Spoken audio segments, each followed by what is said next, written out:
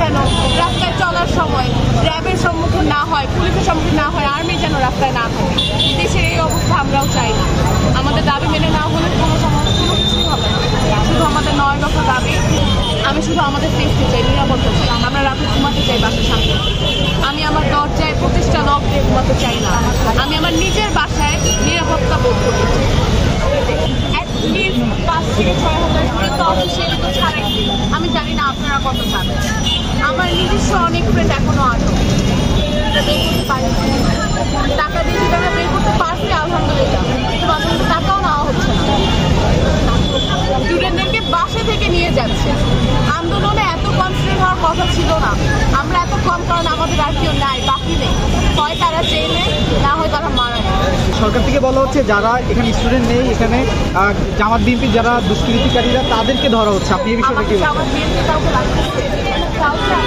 সবার বলার ID card আছে। আইডি কার্ড না থাকলেও সবাই আইডেন্টিফিকেশন করতে পারবে। আপনার ইউনিভার্সিটি লিস্ট চেক করবেন আমরা সেখানকার স্টুডেন্ট নাকি না।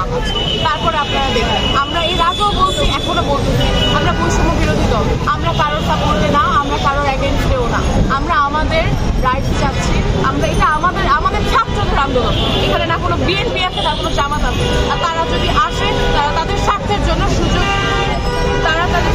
জন্য অ্যাডভান্টেজ নিচ্ছে, আর কিছু না। আমরা সেটা ক্লেম করি না। না আমাদের কোনো বিএনপি সাপোর্ট দরকার, না কোনো জামাত, না কোনো শিবির, না কোনো ছাত্রদল, না কোনো যুবদল, কোনো কিছু না। আমরা ছাত্র, আর কোনো কিছু আমাদের সাথে না জড়িত আছে, না আমরা কোনো কিছুর সাথে জড়িত আছি।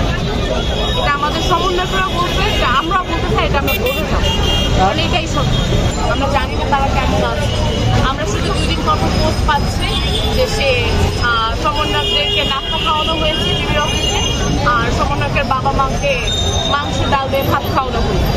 সমন্বয়করা কেমন আছে, কবে ছাড়া হবে, আমরা এগুলো পাচ্ছি। আমাদের